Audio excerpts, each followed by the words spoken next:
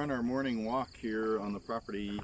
So we've walked down our driveway, which is 500 meters long from our house to the main road. So we have Banana here, we have Lorelei in her stroller, which should be a little more off-road, and so we're headed back to the house now. This is our pond over here that was dug. It's about 3 meters deep. Behind you can see a coconut grove of various coconut palm trees, and right in front of it is a jackfruit tree. So we have a field over here where the cows like to eat. From our neighbor, they have about 6 or 7 cows that munch on the grass out here, which is good. It keeps it knocked down quite a bit. And then on the other side of the road, they kind of graze in this area as well. So you can see where the mango trees are.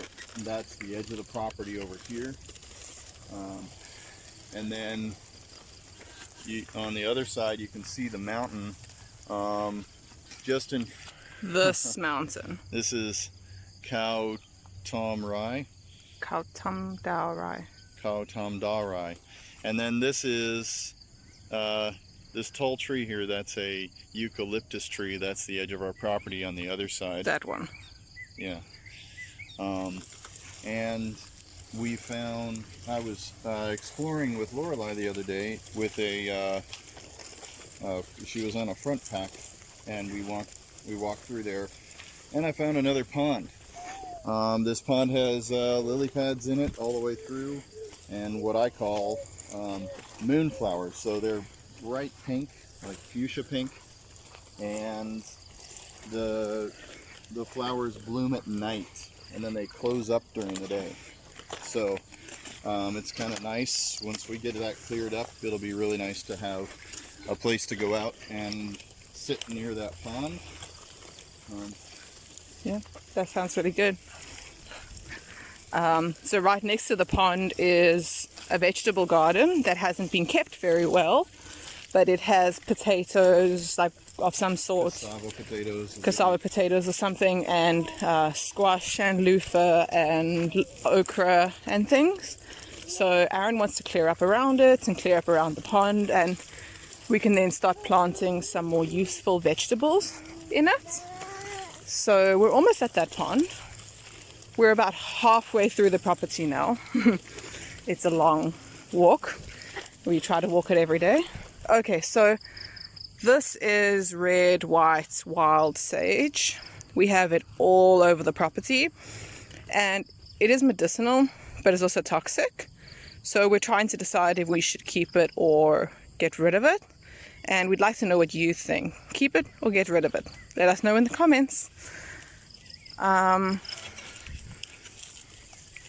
Yeah, so some of the things that I've been doing, I mowed all this grass, and then the blade went out. I must have hit a little bush that was a little too thick, and it kind of bent the blade up a little bit. But I have the center of the road mostly mowed now, so that we can actually walk up and down it. It was kind of it was probably about chest high for me, which is really, you know, not very safe for us to walk through because of all the snakes that we found. And so we've found probably close to 6 snakes in the last 6 weeks. About three of which were venomous. Yeah, various venomous species. So I found a golden tree snake, and they're not so dangerous to people. They are slightly venomous. What they do is they hold on to their prey, and, you know, with rear fangs.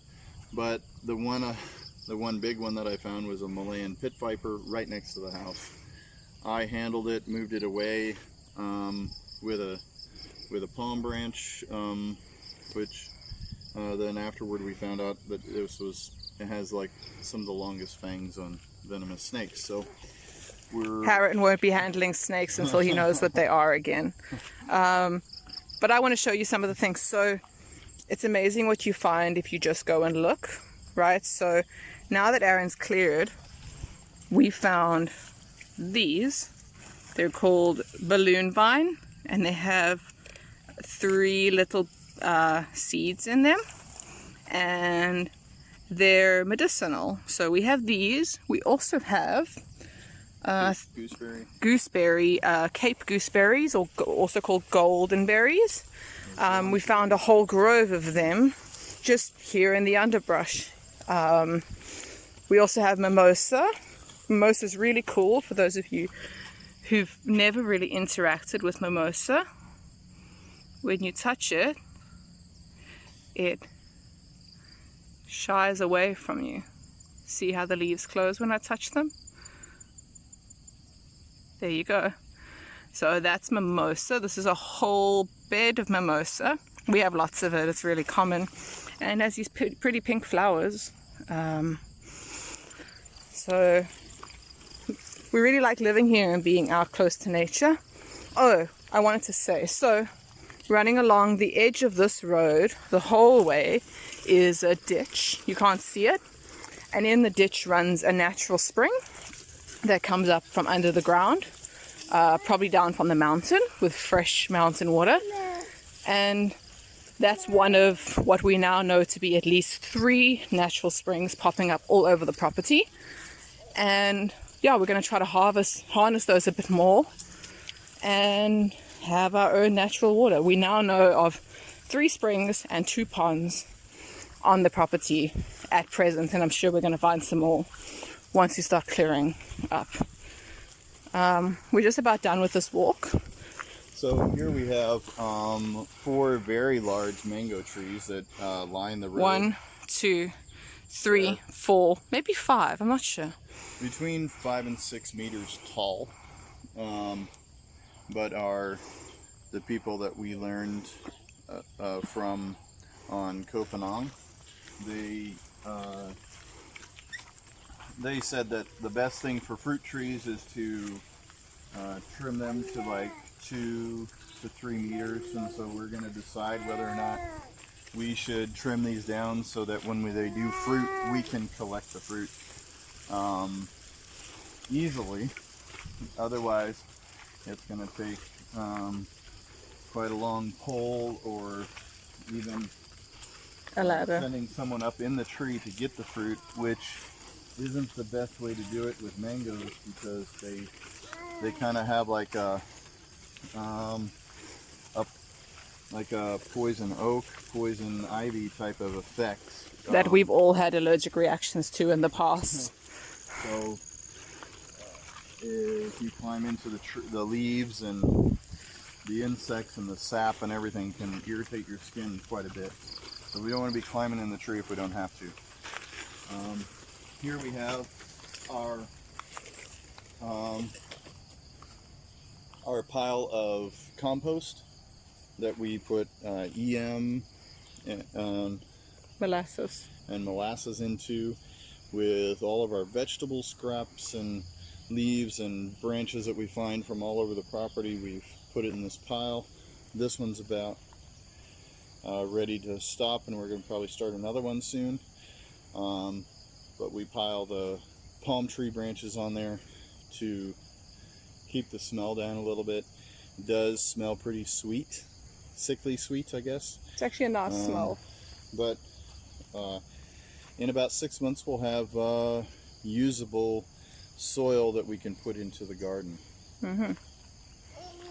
There's a host of different trees. We have coconut palm trees, banana trees, jackfruit trees, more mangoes trees, and these. Trees. I've had so many people commenting on our snake plants. We have so many snake plants. It's unbelievable.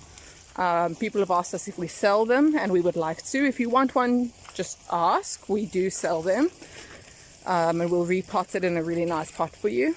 But yeah, we just love them. They grow wild, and we have this patch and another patch over on the other driveway, and another big patch out there in the bush. So we'll definitely pull one patch up, I think, and find them some new homes.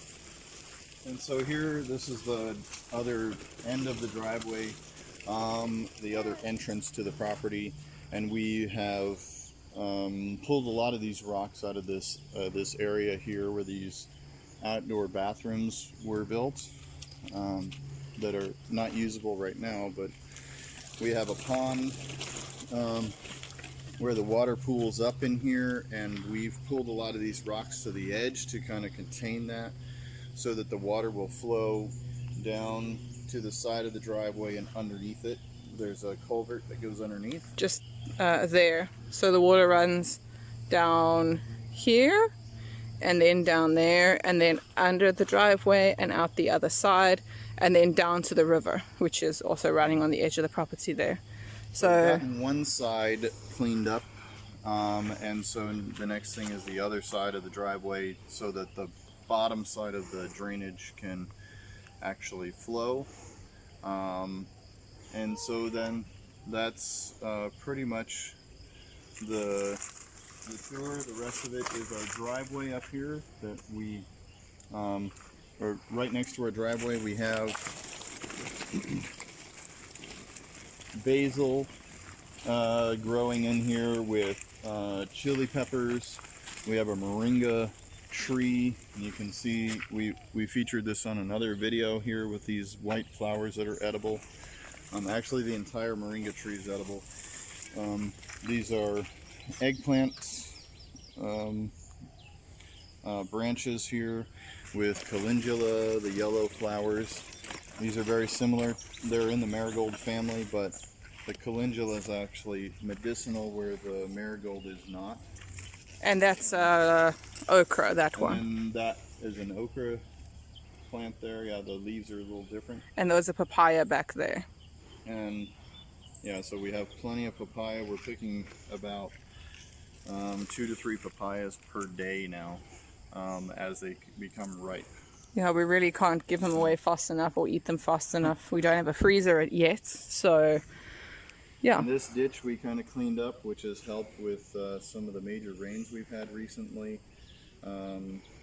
So that kind of helps with the water flow. Obviously, there's some more, a lot more that we can do on the property, and we'll be showing you more. Please subscribe in the bottom. Hopefully you enjoyed this, and we'll see you next time.